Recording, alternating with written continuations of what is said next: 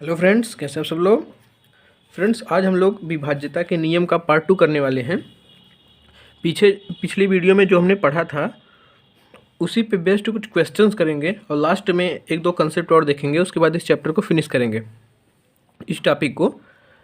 तो सबसे पहले देखते हैं क्वेश्चन। पहला क्वेश्चन है कि 78x3945 दिया है कि 11 से अगर इसको 11 से विभाजित होती है यह संख्या। ये जो संख्या दी गई है ये 11 से विभाजित होती है, तो इसमें x की वैल्यू क्या होगी। तो पीछे हमने विभाज्यता के नियम में 11 का विभाज्यता का नियम पढ़ा था।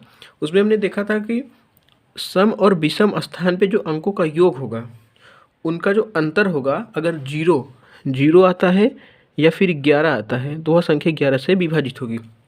तो पिछला वीडियो अगर आपने नहीं देखा है तो इस वीडियो को देखने से पहले पिछला वीडियो जरूर देखें। तो अगर इसको सॉल्व करें, ये दिया है 78x3945। अब ये दिया है कि यह संख्या 11 से विभाजित है। 11 से अगर इसको विभाजित किया जाता है, इसका मतलब 11 से विभाज्य है, तो यहाँ पर x की वैल्यू क्या होगी। अब x की वैल्यू निकालने के लिए हम क्या करेंगे, हमने देखा था कि सम और विषम स्थान पे जो अंक हैं उनका योग करते हैं। अगर यहाँ से देखें अल्टरनेट पे, ये वाली संख्या, एक छोड़ के एक, ये वाली संख्या, इन सारी संख्याओं को अगर हम ऐड करें तो कितना होगा, 7 + x + 9 + 5। 7 + x + 9 + 5 ये संख्या। उसके बाद कौन कौन सी संख्या बची, ये 8 बच गया, 3 बच गया और 4 बच गया। तो 8 3 11, 11 4 कितना होगा, 15। अब इस संख्या का और इस संख्या का अंतर कितना होना चाहिए, 0 होना चाहिए या कोई 11 का मल्टीपल होना चाहिए।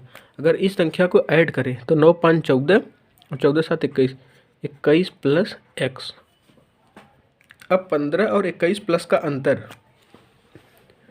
21 + x और 15 का जो अंतर है वो हमारा या तो 0 होना चाहिए या 11 का कोई मल्टीपल होना चाहिए। जैसे 11 हो, 22 हो, 33 हो, इस तरह की संख्या होनी चाहिए, तो वह संख्या 11 से विभाजित होगी। अब 21 में से 15 तो हम जब माइनस करेंगे तो हमारे पास कितना बचेगा, 6 + x। अब इस 6 + x को हमें 0 बनाना है या 11 का कोई मल्टीपल बनाना है। 0 तो यह संख्या हो नहीं सकती क्योंकि x के स्थान पे -6 हम नहीं रख सकते, यहाँ पे -6 नहीं हो पाएगा। अगर हम इसको 11 का मल्टीपल बनाएं, 11 का मल्टीपल बनाने के लिए क्या करना पड़ेगा, अगर हम x के स्थान ऑप्शन से भी कर सकते हैं, 1 रखेंगे तो 7 होगा, 11 का मल्टीपल नहीं है। 0 रखेंगे तो 6 होगा, 11 का मल्टीपल नहीं है। 3 रखेंगे तो 9 होगा, ये भी 11 का मल्टीपल नहीं है। अगर इसके स्थान पर हम 5 रखते हैं, 6 + 5 अगर हम करेंगे तो ये हो जाएगा 11। अब ये 11 का मल्टीपल है 11 × 1। इसका मतलब कि x के स्थान पर क्या हो सकता है, 5 हो सकता है। क्यों, क्योंकि अगर या तो हमें क्या बनाना है, 0 बनाना पड़ेगा या तो 11 बनाना पड़ेगा। तो 0 यहाँ पे बन नहीं सकता, इसलिए हमें 11 का मल्टीपल बनाना पड़ेगा। 11 के मल्टीपल के लिए हमें x के स्थान पर 5 रखना पड़ेगा, तभी 11 का मल्टीपल बनेगा। इसलिए हमारा आंसर क्या होगा, x की वैल्यू 5 होगी। अब क्वेश्चन नंबर 2 देखते हैं। क्वेश्चन नंबर 2 में कहा है कि जो संख्या गिवन है ये 3 से विभाज्य है। तो 3 से विभाज्यता का नियम हमने पढ़ा था कि 3 से कोई संख्या अगर विभाज्य है तो उसके टोटल जो संख्या है उसके अंकों का योग भी 3 से विभाज्य होगा। अब इसके अंकों का योग अगर हम जोड़ दें, तो 5 + 1 + 3 + 2 + 4 + 1 + 6 + x। अब इस संख्या को भी 3 से विभाजित होना पड़ेगा। अब इस संख्या को 3 से विभाजित, क्योंकि 3 का विभाज्यता का नियम भी यही कहता है कि अगर कोई संख्या 3 से विभाज्य है तो उसके अंकों का योग भी 3 से विभाज्य होगा। जैसे अगर मैं कराऊँ 144 3 से विभाज्य है, इसका मतलब इसके अंकों का योग 1 4 4 4 4 8 1 9 9 अगर 3 से विभाज्य है, इसका मतलब ये संख्या विभाज्य होगी। इसके अंकों का योग हम अगर चेक कर लें ये 3 से विभाजित है, तो इसका मतलब ये संख्या भी विभाजित होगी।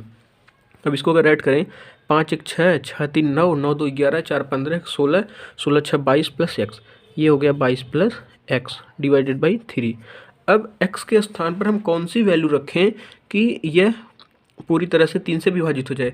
अगर मैं x के स्थान पर 1 रखता हूँ तो कितना होगा, 22 + 1 23, 23 3 से विभाजित नहीं होगा, इसका मतलब 1 नहीं हो सकता। अगर x के स्थान पर मैं 2 रखता हूँ तो 22 + 2 कितना होगा, 24, 24 3 से डिवाइड हो जाएगा, इसका मतलब x की वैल्यू कितनी हो सकती है, 2। इसके अलावा भी और वैल्यू हो सकती हैं इसकी, जैसे मैं अगर रखता हूँ x के स्थान पर 3 तो 22 और 3 25 होगा, 25 विभाजित नहीं होगा 3 से। अगर मैं x के स्थान पर रखता हूँ 4 तो 22 4 26, ये भी 3 से विभाजित नहीं होगा, 26 ये भी नहीं हो सकता। x के स्थान पर अगर मैं रखता हूँ 5 तो 22 5 27, ये 3 से विभाजित हो जाएगा, जिसका मतलब एक आंसर ये भी हो सकता है। इसी प्रकार से अगर मैं x के स्थान पर 6 रखता हूँ तो 22 + 6 कितना होगा 28, 28 3 से विभाजित नहीं होगा। x के स्थान पर अगर मैं 7 रखता हूँ तो 22 + 7 29, ये भी 3 से विभाजित नहीं होगा। और x के स्थान पर मैं 8 रखता हूँ तो 22 + 8 30 होगा, और 30 3 से विभाजित हो जाएगा, इसका मतलब ये भी आंसर होगा। तो आंसर कौन कौन का हो सकता है यहाँ पर? आंसर हो सकता है, एक आंसर हमारा हो सकता है 2, एक आंसर हमारा हो जाएगा 5, और एक आंसर हमारा हो जाएगा 8। तो इस तरह से इसको सॉल्व करना है। क्वेश्चन नंबर 3 देखते हैं। क्वेश्चन नंबर 3 में कहा है कि जो संख्या दी गई है, यह संख्या जो दी गई है यह 9 से पूरी तरह से विभाज्य है, तो x के स्थान पर क्या आएगा? पिछले सवाल की तरह ये भी क्वेश्चन है। पिछले क्वेश्चन में भी हमने देखा कि 3 से विभाज्यता का सवाल पूछा था, इसमें 9 से। तो 3 और 9 की विभाज्यता का रूल भी सेम होता है, अंकों का योग 9 से विभाज्य होना चाहिए और अंकों का योग 3 से विभाज्य होना चाहिए। तो इसके अंकों का योग 9 से विभाजित होगा, तभी तो पूरी संख्या 9 से विभाजित होगी। तो अगर इसको सॉल्व करें तो 5 + 6 अंकों का योग कर लेते हैं, +5 + 7 +5 + 8 +1 +x डिवाइडेड बाय कितना होना चाहिए 9। अब इसके अंकों का योग अगर 9 से विभाज्य है तो पूरी की पूरी संख्या भी क्या होगी 9 से विभाजित हो जाएगी। तो अगर इसको ऐड करें तो 6 5 11, 11 5 16, और 16 7 कितना होगा 23, 23 5 होगा 28, 28 में 8 जोड़ेंगे तो 36, 36 1 37, 37 + x, 37 + x डिवाइडेड बाय कितना 9। अब ये पूरी की पूरी संख्या 9 से विभाजित होनी चाहिए। अब 9 से विभाजित होने के लिए x के स्थान पर क्या रखना चाहिए? अब इसको हम ऑप्शन से भी चेक करते हैं। अगर मैं x के स्थान पर 6 रख देता हूँ, x के स्थान पर मैं 6 रखता हूँ तो हमें क्या मिल जाएगा, ये 43/9 हो जाएगा, जो कि नहीं विभाजित होगा पूरी तरह से। अगर मैं इसका मतलब ये ऑप्शन नहीं होगा हमारा। अगर मैं x के स्थान पर 7 रखता हूँ, x के स्थान पर 7 रखता हूँ तो कितना होगा 37 और 7 कितना होगा 44, 44 डिवाइडेड बाई 9, ये भी पूरी तरह से विभाजित नहीं होगा, इसका मतलब ये भी नहीं हो सकता। अगर मैं x के स्थान पर 8 रख देता हूँ, x के स्थान पर 8 रखने पर क्या होगा 37 + 8 डिवाइडेड बाई 9, ये कितना हो जाएगा 45, 45 डिवाइडेड बाई 9, 9 × 5 = 45, पूरी तरह से विभाजित हो जा रहा है, इसका मतलब ये आंसर हमारा होगा।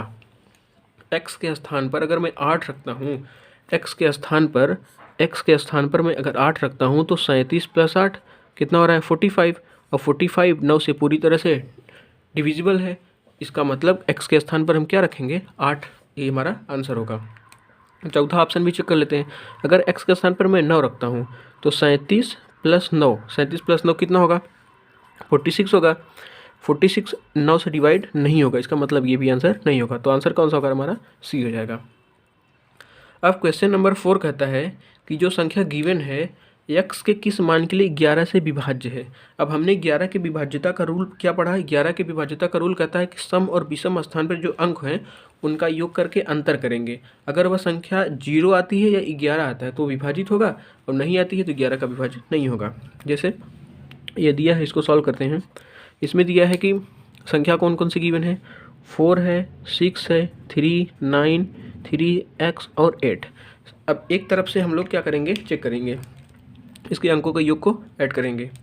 तो अगर हम इधर से जाएं, ये वाला संख्या, ये वाला संख्या, ये वाला संख्या, इसको ऐड करेंगे तो कितना होगा 4 3 7, 7 3 10, 10 8 18, ये 18 होगा। अब ये वाला जो बच गया 6 9 और x, 9 6 15 प्लस x। अब इन दोनों का हम क्या करेंगे अंतर करेंगे, 18 और 15 प्लस x। 18 और 15 प्लस x का जो अंतर होगा वो या तो 0 होना चाहिए या क्या होना चाहिए 11 का कोई गुणज होना चाहिए। अब 18 और 15 प्लस x का अंतर 0 या 11 का मल्टीपल कब होगा? अगर मैं x की वैल्यू 4 लेता हूँ, ऑप्शन से चेक कर लेंगे। x की वैल्यू अगर मैं 4 लेता हूँ तो ये कितना हो जाएगा 15 और 4 19, 18 और 19 का अंतर कितना आएगा 1 आएगा। साइन से हमें कोई मतलब नहीं है, पॉजिटिव नेगेटिव कुछ भी हो सकता है, तो साइन हमें यहाँ पे नहीं लेना है। सिर्फ और सिर्फ उसकी न्यूमेरिकल वैल्यू देखनी है। तो अगर मैं x के स्थान पर 4 रखता हूँ तो 15 + 4 कितना होगा 19, और 18 और 19 का अंतर कितना आएगा 1 आएगा। इसका मतलब ये आंसर नहीं होगा, क्योंकि हमें अंतर क्या चाहिए, हमें अंतर 0 चाहिए या 11 का कोई मल्टीपल चाहिए, या तो हमें 0 चाहिए या 11 का कोई मल्टीपल चाहिए। अगर मैं x के स्थान पर 2 रखता हूँ तो कितना होगा, ये 18 और ये कितना हो जाएगा 15 + 2 17। अब इसका भी अंतर लेंगे तो 1 ही आएगा, इसका मतलब ये भी नहीं हो सकता। अब ये इसको रखते हैं, यानी ये ऑप्शन नहीं होगा, ये भी नहीं होगा। 5 रखते हैं, 15 + 5 कितना होगा 20, 18 और 20 का अंतर कितना होगा 2 आएगा, इसका मतलब ये भी नहीं होगा। अब हमारा लास्ट ऑप्शन ये बचा है 3। अगर मैं 3 रखता हूँ x के स्थान पे तो 15 + 3 18 हो जाएगा, और ये 18 पहले से ही है, तो दोनों का अंतर कितना आएगा, दोनों का अंतर आ जाएगा 0। अब दोनों का अंतर 0 आ गया, इसका मतलब कि ये पूरी संख्या क्या होगी 11 से विभाजित हो जाएगी, अगर x के स्थान पर मैं रखता हूँ कितना 3। तो ऑप्शन नंबर ए करेक्ट हो जाएगा। अब क्वेश्चन नंबर अगला देखते हैं। पीछे हमने पढ़ा था कि डिविजिबिलिटी रूल 7 की क्या होती है, जिसमें हमने 2 चीज़ें पढ़ी थी। अगर संख्या छोटी है तो उसको क्या करेंगे, इकाई के अंकों को दोगुना करके, एक बार फिर से रिवाइज कर लेते हैं 7 की डिविजिबिलिटी रूल को रिवाइज कर लेते हैं, इसमें बहुत सारा डाउट रहता है। पहला रूल हमने क्या पढ़ा था, पहला रूल हमने पढ़ा था कि अगर संख्या छोटी संख्या दे रखी हो, जैसे 1 4 4 दे रखा हो, 2 3 1 दे रखा हो, 7 7 7 दे रखा हो, 3 अंक की 4 अंक की संख्या दे रखी हो, तो हम क्या करते थे कि इकाई के जो अंक होता था, इकाई के अंक को दोगुना करते थे, इकाई का अंक दोगुना करते थे। उसके बाद जो शेष बची संख्या होती थी उसमें से घटा देते थे। उसके बाद हमें पता चल जाता था कि कोई संख्या 7 से विभाजित होगी कि नहीं होगी। अब इसमें क्या करना है, चेक द डिविजिबिलिटी ऑफ 7। 7 की डिविजिबिलिटी, 7 की विभाज्यता को हमें चेक करना है। और स्पष्ट रूप से अगर आपको समझना है तो आपको पिछला वीडियो देखना पड़ेगा। अब इसमें कहा है कि चेक द डिविजिबिलिटी ऑफ 7। 7 की हमें विभाज्यता को चेक करना है। तो सबसे पहले हम क्या करेंगे, हमने पिछले बताया था कि पिछले वीडियो में 3 3 का पेयर कर लेंगे। अब ये बड़ी संख्या है चुकी है, तो 3 का पेयर ये वाला और ये वाला। अब इनके पेयर को हम एक दूसरे से माइनस करेंगे। अब माइनस करने पर अगर वो संख्या 0 आ जाती है या 7 से, ऐसी संख्या आती है जो 7 से विभाजित होगी, तो पूरी की पूरी संख्या 7 से विभाजित हो जाएगी। अब जैसे हम इसका पेयर बना लें तो 4 2 4 और 3 4 4 का हम क्या लेते हैं डिफरेंस, तो डिफरेंस ये हो जाएगा 0, और ये 12 में से 8 जाएगा, कितना हो जाएगा 4। इसका मतलब संख्या में कितनी मिली 40। अब 40 को हम 7 से डिवाइड करके चेक करेंगे कि यह संख्या 7 से विभाजित है कि नहीं। अगर ये जो 40 संख्या आई है 7 से विभाजित हो जाती है, इसका मतलब ये पूरी संख्या भी 7 से विभाजित होगी।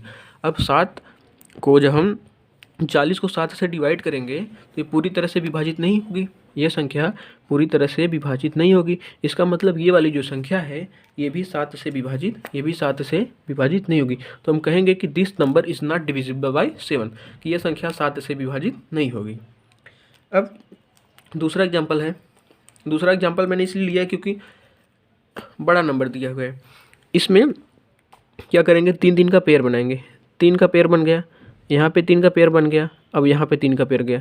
अब मैंने बताया था कि अगर कोई संख्या छूट जाती है या पेयर नहीं बन पा रहा है तो उसके आगे हम 2 0 लगा करके पेयरिंग कर लेंगे। अब इसके आगे मैं 2 0 लगा कर पेयरिंग कर रहा हूँ। ये हो जाएगा, एक पेयर ये हो जाएगा 6 7 2, एक पेयर ये हो जाएगा 8 1 5, एक पेयर ये हो जाएगा 5 6 8, एक पेयर ये हो जाएगा। अब हम क्या करेंगे, जैसे हमने 11 में पढ़ा था कि सम और विषम स्थान पे जो अंक हैं उनको जोड़ करके माइनस करते थे, इसमें क्या करेंगे, अल्टरनेट स्थान पे जो पेयर होंगे, ये वाला पेयर और ये वाला पेयर, इसको दोनों को जोड़ेंगे और ये वाला पेयर और ये वाला पेयर एक साथ लेंगे। तो अगर हम देखें इसको तो 5 6 8 6 7 2, इसको जोड़ेंगे 8 2 10 और 8 6 14 और 6 5 11 1 12, 1240। अब इस पेयर को जोड़ें 815 और 0 0 5, तो ये जगह 5 5 10 2 और ये 8 820 हो गया। अब इन दोनों को हम आपस में माइनस करके चेक करेंगे कि ये संख्या 7 से विभाजित हो रही है कि नहीं हो रही है। तो अगर हम 1240 को 820 से माइनस करेंगे, यहाँ पे बचेगा 0, यहाँ बचेगा 2 और यहाँ बचेगा 4। अब हमें क्या मिला 420। अब इस 420 संख्या को हम क्या करेंगे, चेक करेंगे 7 से विभाजित है कि नहीं है। अब 420 को अगर हम 7 से डिवाइड करेंगे तो 7 छक्कम 42, 60 बार जाएगा। इसका मतलब ये वाली जो संख्या हमें मिली है 7 से पूरी तरह से डिवाइड हो रही है। इसका मतलब क्या हुआ, अगर ये संख्या 7 से विभाजित हो रही है, इसका मतलब ये वाली जो पूरी संख्या है वो भी 7 से डिवाइड हो जाएगी। तो 7 की डिविजिबिलिटी रूल को इसी तरह से चेक करते हैं। अब क्वेश्चन नंबर अगला है, एक 7 अंकों की संख्या दे रखी है। ये सवाल काफ़ी अच्छा है, इसको कैसे करते हैं, इसमें थोड़ा सा और कंसेप्ट हम समझेंगे क्या होता है। कोई संख्या दे रखी है 7 अंक की 6913x08, यह संख्या 88 से विभाज्य है तो x का मान क्या होगा। अब 88 से विभाज्यता का रूल तो हमने पढ़ा नहीं है, लेकिन हम इसको सॉल्व कर सकते हैं। कैसे? जब हमने पिछली वीडियो में 6 के विभाज्यता को रूल पढ़ाया था तो हमने क्या बताया था कि 2 से विभाजित होना चाहिए, 3 से भी विभाजित होना चाहिए, और हमने ये भी बताया था कि 2 और 3, जैसे कोई संख्या दे रखी है तो उसका अगर हम फैक्टर कर रहे हैं 2 और 3 इसका गुणनखंड होगा, तो ये दोनों संख्याएं क्या होनी चाहिए? को प्राइम नंबर, सहअभाज्य संख्या होनी चाहिए। अगर 6 2 से विभाजित हो रहा है, 3 से विभाजित हो रहा है, इसका मतलब इन दोनों के मल्टीपल से भी विभाजित हो जाएगा। कैसे समझते हैं? जैसे मैं कहता हूँ कि 144 का अगर हम इसको हम 16 और 9 के रूप में लिख सकते हैं, क्योंकि ये दोनों संख्याएं जो हम फैक्टर करेंगे वो प्राइम फैक्टर होना चाहिए, सहअभाज्य संख्या होनी चाहिए। अब ये सहअभाज्य संख्या है, अगर आपको सहअभाज्य संख्या भी नहीं पता है तो आप क्लासिफिकेशन ऑफ नंबर का वीडियो देखिए, उसमें पता चल जाएगा। अब 16 और 9 सहअभाज्य संख्या है।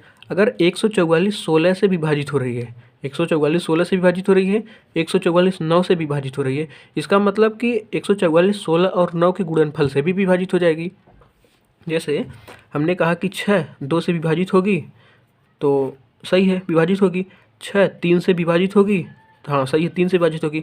और 2 अगर संख्या 6 2 से भी कट रही है, 3 से भी कट रही है, इसका मतलब 2 और 3 का जो गुणनफल होगा, 2 और 3 का गुणनफल क्या होगा? 6, तो संख्या 6 से भी विभाजित हो जाएगी। सेम इसी कंसेप्ट को यहाँ पे यूज करना है। अगर यह दिया है कि यह संख्या 88 से विभाजित है, यह संख्या जो गिवन संख्या है, ये नंबर जो दिया हुआ है 88 से विभाजित हो रही है, इसका मतलब ये है कि यह संख्या अगर हम 88 को इसके फैक्टर में तोड़ें 11 × 8 लिख सकते हैं। इसका मतलब कि ये वाली जो संख्या दी है 11 से भी कट जाएगी और 8 से भी कट जाएगी। अगर ये वाली संख्या 88 से पूरी तरह से कट रही है, इसका मतलब कि 88 क्या है? 11 और 8 का फैक्टर ही तो है। इसको गुणनखंड करेंगे तो 11 और 8, और ये दोनों हमें पता है कि को प्राइम नंबर हैं। इसका मतलब कि अगर 88 से ये वाली संख्या कट रही है तो 11 से भी कटेगी और 8 से भी कटेगी। अब 11 और 8 का विभाज्यता का नियम हमने पढ़ा है। अगर हम 11 के विभाज्यता के नियम को इसमें अप्लाई करें, चेक कर लेते हैं। 6913x08, अगर हम इसमें 11 के विभाज्यता के नियम को अप्लाई करें, क्योंकि अब हमें पता चल गया कि 11 से भी कटेगी और 8 से भी कटेगी, तो हमें x की वैल्यू निकालनी है। हम क्या करेंगे? 11 के विभाज्यता के नियम को लगाएंगे तो 6 + 1 + x + 8। अभी तक आप 11 के विभाज्यता को नियम को समझ चुके होंगे। 6 1 7 और 8 7 15, 15 + x, और क्या क्या बच गया? 9 बच गया, 3 बच गया, और क्या बच गया? 0। 9 3 12 + 0 कितना हो जाएगा? 12। अब हमने 11 के विभाज्यता के नियम में क्या पढ़ा था कि जो अल्टरनेट पे संख्याएं हैं या सम या विषम स्थान पे संख्याएं हैं उनको जोड़ेंगे, उसके बाद दोनों का अंतर करेंगे तो 0 या 11 का मल्टीपल होना चाहिए। अब हम अगर इसका अंतर चेक करें तो इसका अंतर कितना हमें मिलना चाहिए? या तो 0 मिलना चाहिए या 11 का कोई मल्टीपल मिलना चाहिए। तो हम x के स्थान पर कितना रखें कि या तो 0 मिल जाए या 11 का कोई मल्टीपल मिल जाए। तो 15 + x में से अगर हम 12 को माइनस करें तो हमें क्या मिलेगा? 3 + x। अब 3 + x मिला तो x के स्थान पर हम नेगेटिव रख नहीं सकते, इसका मतलब कि 0 नहीं हो सकता। अगर ये संख्या 0 नहीं हो सकती, इसका मतलब निश्चित रूप से 11 का कोई मल्टीपल होगा। अब 11 के मल्टीपल के लिए अगर हम ऑप्शन चेक करें तो अगर हम x की वैल्यू 4 रखते हैं, x की वैल्यू पहला ऑप्शन ले, अगर हम x के स्थान पर 4 रखते हैं, तो ये कितना होगा? 4 3 7, 7 11 का मल्टीपल नहीं, इसका मतलब ये आंसर नहीं होगा। अगर मैं x के स्थान पर 2 रखता हूँ तो 3 + 2 कितना होगा? 5 होगा। ये ना तो 0 आया ना तो 11 का कोई मल्टीपल, इसका मतलब ये भी नहीं होगा, ये भी ऑप्शन नहीं होगा। अगर मैं x के स्थान पर 6 रखता हूँ तो 6 3 कितना होगा? 6 3 होगा 9। अब 9 ना तो 0 है ना तो 11 का कोई फैक्टर है, इसका मतलब ये भी नहीं होगा। अगर मैं x के स्थान पर 8 रखता हूँ, इसका मतलब ये भी ऑप्शन नहीं होगा। x के स्थान पर अगर मैं 8 रखता हूँ तो 3 + 8 कितना हो जाएगा? 11। ये 0 तो नहीं आएगा। अब 11 का फैक्टर हमें लाना था तो 11 का ये मल्टीपल है, इसका मतलब हमारा आंसर क्या होगा? डी आंसर हो जाएगा। अब एक और कंसेप्ट को समझते हैं। क्योंकि हालांकि इस कंसेप्ट को हमने पीछे पढ़ लिया है, लेकिन एक बार फिर से देख लेते हैं। 7, 11 और 13 का कंबाइंड डिविजिबिलिटी रूल क्या कहता है? 7, 11, 13 का कंबाइंड डिविजिबिलिटी रूल जिस तरह से 7 का रूल था, 7 के रूल में जो हमने दूसरा रूल पढ़ा था कि 3, 3 का पेयर बनाएंगे, अगर 3, 3 का पेयर बनाने के बाद उसको ऑड और इवन नंबर पे जो रहता है उसको माइनस करके अगर हमें मिल जाता है, उसी तरह से चेक करेंगे। जैसे 7, 11, 13 का कंबाइंड डिविजिबिलिटी रूल क्या कहता है? अब इसमें 6 संख्या दी रखी है, 6 डिजिट की, 6 डिजिट की संख्या देखी। अब हमें चेक करना है कि ये 7 से विभाजित होगी या 11 से विभाजित होगी कि 13 से विभाजित होगी। तो 7 की विभाज्यता को नियम तो हमने पढ़ा था कि 3, 3 का पेयर कर लेंगे। 11 के विभाज्यता का नियम भी हमने पढ़ा है कि अल्टरनेट पे स्थान को जोड़ेंगे, उसके बाद माइनस करके देख लेंगे। अब 13 का हमने नहीं पढ़ा है, तो हम क्या करेंगे, 13 का भी विभाज्यता का रूल 7 का जो विभाज्यता हमने पढ़ा था 3, 3 का पेयर करके, उसी प्रकार से होगा। अब जैसे इसमें हमने 3, 3 का पेयर किया तो 567 और ये 777। अब इन दोनों को माइनस करेंगे, 7, 7, 7 और 5, 6, 7। अब माइनस करने पे हमें क्या मिला, यहाँ पे 0 मिला, यहाँ पे क्या मिला 1 और ये 210। अब 210 मिला। अब 210, अब हम चेक करेंगे कि 7 से 11 से 13 से ये विभाजित होगी कि नहीं। अब 210 7 से तो पूरी तरह से कट जाएगी, 7 त्रिकम 21 30 बार जाएगा, तो इसका मतलब कि 7 से ये पूरी तरह से संख्या विभाजित हो जाएगी। अब हम इसको देखें, ये 13 11 से कटेगी नहीं, पूरी तरह से नहीं कटेगी। ये अगर ये संख्या 11 से विभाजित नहीं हो रही, इसका मतलब ये भी संख्या 11 से नहीं कटेगी। अगर हम इस संख्या को देखें 13 से, अगर हम इसको 13 से डिवाइड करें तो 13 कम 13, 7 1 8, 80 हो जाएगा। इसका मतलब ये भी 13 से विभाजित नहीं हो रही। जब यह संख्या 13 से विभाजित नहीं होगी, ये भी 13 से विभाजित नहीं होगी। तो हमें क्या पता चला कि ये वाली जो संख्या है 7 से विभाजित होगी और 11 और 13 से विभाजित नहीं होगी। ठीक उसी प्रकार से इस वाली संख्या को चेक करते हैं, दूसरा वाला। इसका भी अगर हम पेयर बनाएं तो 3, 3 का पेयर बना लेते हैं। कितनी भी बड़ी संख्या दे रखी है, बस हमें 3, 3 का पेयर बना के उसको जो सम और विषम स्थान पे संख्या है उसको माइनस करना है, उसके बाद देख लेना है कि वो संख्या विभाजित हो रही है कि नहीं हो रही है। अब 799 है 565, 799 में से जब 565 को माइनस करेंगे तो कितना बचेगा, यहाँ पे 4, यहाँ कितना बचेगा 3, यहाँ बचेगा 2। अब इस संख्या को क्या मिला 234। अब इस संख्या को अगर हम चेक कर लें 7, 11, 13 से विभाजित हो रही है कि नहीं, 7 से 11 से 13 से, अगर ये संख्या 7, 11, 13 से विभाजित हो रही है, इसका मतलब ये भी संख्या विभाजित होगी। अब इसको अगर हम चेक करें तो 7 त्रिकम 21, यहाँ बचा 2 और 24 हो जाएगा। तो इसका मतलब 7 से ये संख्या 234 7 से नहीं कटेगी, जिसका मतलब ये वाली भी संख्या 7 से नहीं कटेगी। अब हमें 11 से चेक करें तो 11 2 9 22, यहाँ 14 हो जाएगा। इसका मतलब ये संख्या 11 से नहीं कट रही है, जिसका मतलब ये भी संख्या 11 से नहीं कटेगी। अब 13 से चेक कर लेते हैं, 13 में कम 13 और 7 3 10, कितना हो जाएगा 104, 13 8 में 104। इसका मतलब ये 234 13 से विभाजित हो रही है। जब अगर यह संख्या 234 13 से विभाजित हो रही है, इसका मतलब ये वाली संख्या भी क्या होगी, 13 से विभाजित हो जाएगी। तो 7, 11, 13 का ये कंबाइंड डिविजिबिलिटी रूल था, इसमें ज़्यादा कुछ है नहीं। लेकिन जो अगला 2 क्वेश्चन है, उस 2 क्वेश्चन के माध्यम से हम और नए कंसेप्ट को सीखेंगे। जैसे क्वेश्चन दिया है कि एक 4 अंकों की संख्या है, एक 4 अंक की संख्या है जो 2 अंकों को पुनरावृत्ति करके बनाई जाती है। इसका मतलब क्या है, 2 अंकों को पुनरावृत्ति करके बनाई जाती है। इस प्रकार बनी संख्या पूरी तरह से किससे विभाजित होगी। इसका मतलब ये है, जैसे मैं कहता हूँ कि 2 अंकों को पुनरावृत्ति करके 4 अंक की संख्या, जैसे 25 हो गया, 25 हो गया, 4 अंकों की संख्या बन गई और हमने 2 अंकों को पुनरावृत्ति भी की है। पुनरावृत्ति का मतलब बार बार रिपीट कर रहा है। अब जैसे हमने लिखा 34, इसका मतलब 2 अंक की संख्या 34, 2 अंक की 2 अंकों की संख्या जोड़कर हमने 2 अंकों को पुनरावृत्ति करके 2 अंक 34 पुनरावृत्ति करके बार बार करके 4 अंकों की संख्या बनाया हमने। जैसे हमने लिखा 30 और 30, 2 अंक पुनरावृत्ति करके 4 अंकों की संख्या बन गई। 37, 38, इस तरह से। अब इस तरह से अगर कोई संख्या 2 अंकों की पुनरावृत्ति करके 4 अंक की संख्या बनाई गई है, तो वह संख्या किससे पूरी तरह से विभाजित होगी। अब इसी को हमें फाइंड आउट करना है। तो हम सबसे पहले क्या करेंगे कि हम करते हैं कि मान लेते हैं कि कौन सी संख्या है, संख्या है XY और XY। ये संख्या है, 2 सेम नंबर है और इसकी पुनरावृत्ति करके XY और XY को रिपीट करके हमने 4 अंकों की संख्या बना ली है। अब अगर इसके हम स्थानीय मान के रूप में संख्या को लिखते हैं, स्थानीय मान क्या होता है इसको थोड़ा सा समझ लेते हैं अगर आपको नहीं पता है तो। जैसे मैं कहता हूँ कि 1 क्या है, इकाई के स्थान पर है, इसको हम क्या लिख सकते हैं 1 × 1। ये वाली संख्या जो है दहाई के स्थान पर है, तो हम इसको क्या लिख सकते हैं 1 × 10। तो हम इसको लिखेंगे ना 10 × 1 प्लस 1, इसका मतलब 11 ही तो हुआ। जैसे 1 2 3 है, 3 क्या है इकाई के स्थान पर, 2 कहाँ है दहाई के स्थान पर, 1 कहाँ है सैकड़ा के स्थान पर। इसका मतलब अगर 3 इकाई के स्थान पर है तो हम इसको लिख सकते हैं 3 गुणे 1, 2 दहाई के स्थान पर, इसका मतलब हम इसको लिख सकते हैं 2 गुणे 10। अब 1 सैकड़ा के स्थान पर, इसका मतलब 1 गुणे 100 लिख सकते हैं। तभी तो ये अगर तीनों को ऐड करें तो 123 होना चाहिए। तो 1 गुणे 100 प्लस 2 गुणे 10 प्लस 3 गुणे 1। अब ये 1 गुणे 100 करेंगे तो 100 हो जाएगा, 2 गुणे 20 करेंगे तो 20 हो जाएगा, 3 गुणे का मतलब 3, तो ये कितना होगा 123 हो गया। ये स्थानीय मान बस इतना ही है। अब इसी चीज़ को हम इसमें अप्लाई करेंगे।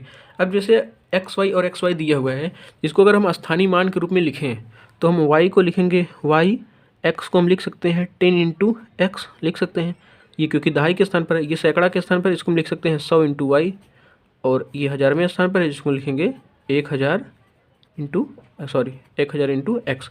अगर हम चारों संख्याओं को ऐड करें, चारों संख्याओं को ऐड करने पर क्या मिलेगा 1000 x plus 100 y plus 10 x plus क्या मिल जाएगा वाई मिल जाएगा। अब अगर हम एक्स एक्स वाले को ऐड कर लें, एक्स एक्स वाले को ऐड कर लें, ये हो जाएगा 1000 10 एक्स प्लस ये हो जाएगा 101 वाई। अब इसमें से 101 वाई, 101 क्या है कॉमन है, 101 अगर हम कॉमन करें तो यहाँ क्या बचा 10 एक्स बचा प्लस क्या बचा यहाँ पर वाई। अब हम देख पा रहे हैं कि 101 इंटू 10 एक्स प्लस वाई है। एक्स और वाई की यहाँ पे कुछ भी वैल्यू रख दें, एक्स और वाई की कुछ भी वैल्यू रख दें, ये तो संख्या हमेशा क्या होगी 101 से विभाजित होगी ही होगी। तो हमारा आंसर क्या होगा 101। अगर इस तरह से नहीं समझ में आया है, जैसे अगर ये वाला लाइन आपको नहीं समझ में आया तो यहाँ पे समझते हैं। जैसे अगर है 2 गुणे 4, हमने किससे डिवाइड किया 2 से, इसका मतलब 2 से 2 कट जाएगा, 4 दूनी 8 ही तो है, 8/2, इसका मतलब पूरी तरह से डिवाइड हो रहा है। हम इसको 2 गुणे 4 लिख सकते हैं, 2 से 2 कैंसिल हो जाएगा, इसका मतलब ये वाली जो पूरी संख्या है 2 से कट जा रही है हमेशा हमेशा के लिए बार बार। जैसे मैं कहता हूँ कि 3 गुणे 10, ये संख्या 3 से पूरी तरह से विभाजित है। जैसे मैं कहता हूँ 4 गुणे 50, ये संख्या 4 से हमेशा क्या होगा विभाजित होगा। इसी प्रकार से 101 into 10 x plus y, x y के स्थान पर यहाँ पे कुछ भी रख लें, ये संख्या हमेशा 101 से क्या होगी विभाजित होगी। तो हमारा आंसर क्या होगा डी आंसर हो जाएगा। एक और लास्ट कंसेप्ट है, इसके बाद विभाज्यता के नियम हम पूरी तरह से खत्म कर चुके होंगे। ये वाला क्या कहता है कि एक 6 अंकों की संख्या जो 3 अंकों को पुनरावृत्ति करके बनाई गई है, 3 अंकों को पुनरावृत्ति करके बनाई गई। इसका मतलब 3 अंकों को पुनरावृत्ति करने का मतलब क्या है, जैसे 1 2 3 1 2 1 1 2 1, 3 संख्या अब सेम नंबर है, 3 अंकों की संख्या, ये भी 3 अंकों की संख्या, इसको जब हम 2 बार लिखेंगे तो 6 अंकों की संख्या बन जाएगी। जैसे 3 4 5 3 4 5, ये संख्या 2, मतलब अगर 3 4 5 एक संख्या है, 3 4 5 एक संख्या है, संख्याओं 6 अंकों की संख्या हो गई, 1 2 3 4 5 6 6 अंकों की संख्या हो गई। लेकिन हमने 3 अंकों को पुनरावृत्ति करके बनाया, 345 यहाँ पे भी 345 यहाँ पे भी है। जैसे हम कहते हैं कि 145 145, तो इस तरह से कह रहा है कि एक 6 अंकों की संख्या जो 3 अंकों को पुनरावृत्ति करके बनाई जाती है, तो पुनरावृत्ति करके इस तरह से बनाई जाएगी। तो इस प्रकार बनी कोई भी संख्या हमेशा क्या होगी 7 से 11 से 13 से और 1001 से क्या होगी विभाजित हो जाएगी। अब इसको या तो याद कर लीजिए या तो सवाल के माध्यम से समझ सकते हैं इसको। अगर मैं इसको प्रूफ करना चाहूँ तो जिस तरह से हमने पिछला क्वेश्चन प्रूफ किया था उसी तरह से इसको भी प्रूफ कर सकते हैं। अब 3 अंकों की पुनरावृत्ति करने का मतलब ये है कि अगर मैं मान लूँ कोई संख्या XYZ और XYZ, इस तरह से 3 अंकों की संख्या को पुनरावृत्ति करके बनाया गया है। अब XYZ जिस तरह से पिछला हमने क्वेश्चन में इसके स्थानीय मान के रूप में लिखा, इस तरह से इसको भी लिख सकते हैं। जैसे Z को हम क्या लिख सकते हैं, Z को हम क्या लिखेंगे, Z इकाई के स्थान पर है, ये दहाई के स्थान पर है तो इसको हम क्या लिखेंगे 10y, और ये सैकड़े के स्थान पर हम क्या लिखेंगे 100x, ये 1000वें स्थान पर है तो इसको हम लिखेंगे 1000 इंटू Z, ये 10,000वें स्थान पर है इसको हम लिखेंगे इतना, और ये लाखवें स्थान पर है 2 3 4 5 Z। अगर हम x, अगर हम इन सभी को जोड़ दें, तो हमें क्या मिलेगा। अगर हम इन सभी को जोड़ते हैं तो x वाला, ये x वाला और x वाला एक साथ अगर जोड़ दें तो हमें मिलेगा 1001 इतना मिलेगा। वाई वाले को अगर हम एक साथ ऐड करें तो हमें कितना मिलेगा, वाई यहाँ पे 10,000 है और यहाँ पे 10 वाई है, तो कितना मिलेगा 10,010 वाई। और जेड वाले को अगर हम ऐड करें तो 1001 इंटू जेड इतना मिलेगा हमें। अब अगर हम यहाँ से 1001 कॉमन कर लेंगे तो हमें मिलेगा 100x plus 10y plus Z. अब जिस तरह से हमने पीछे देखा था उसमें आया था 101, तो इसका मतलब यहाँ पे x y z की कुछ भी वैल्यू रखें, x की y की z की कुछ भी वैल्यू रखें, ये 1001 से हमेशा क्या होगा, कट जाएगा, 1001 से हमेशा विभाजित होगा। अब 1001 जो है, 1001 अगर इससे हमेशा विभाजित हो रहा है, 1001 में 7 और 3 और 11 का भी फैक्टर होता है, इसका मतलब 7 3 11 से भी कट जाएगा। जैसे अगर मैं कहता हूँ कि कोई संख्या 24 है, ये 6 से कट जा रही है, 6 से अगर ये संख्या पूरी तरह से कट रही है, इसका मतलब 6 का फैक्टर 2 और 3 होता है, और 2 और 3 से भी कट जाएगी। अगर ये पूरी संख्या 1001 से कट रही है, इसका मतलब 1001 के फैक्टर में 7 और 11 और 3 भी 13 भी आता है, तो इसका मतलब 7 11 13 से भी कट जाएगी। तो अगर डायरेक्ट हमें करना है तो इसको याद कर लेना है, अगर हमें समझना है तो इस तरह से हम इसके प्रूफ को समझ सकते हैं। तो विभाज्यता के नियम को हमने पूरी तरह से ख़त्म कर लिया है। तो अब किसी भी प्रकार का कोई भी क्वेश्चन होगा तो विभाज्यता के नियम को दोनों वीडियो देखने के बाद सॉल्व कर सकते हैं। अगर आपको वीडियो अच्छा लगा है तो लाइक शेयर और सब्सक्राइब जरूर करिएगा और ज़्यादा से ज़्यादा लोगों के साथ शेयर करिए। धन्यवाद।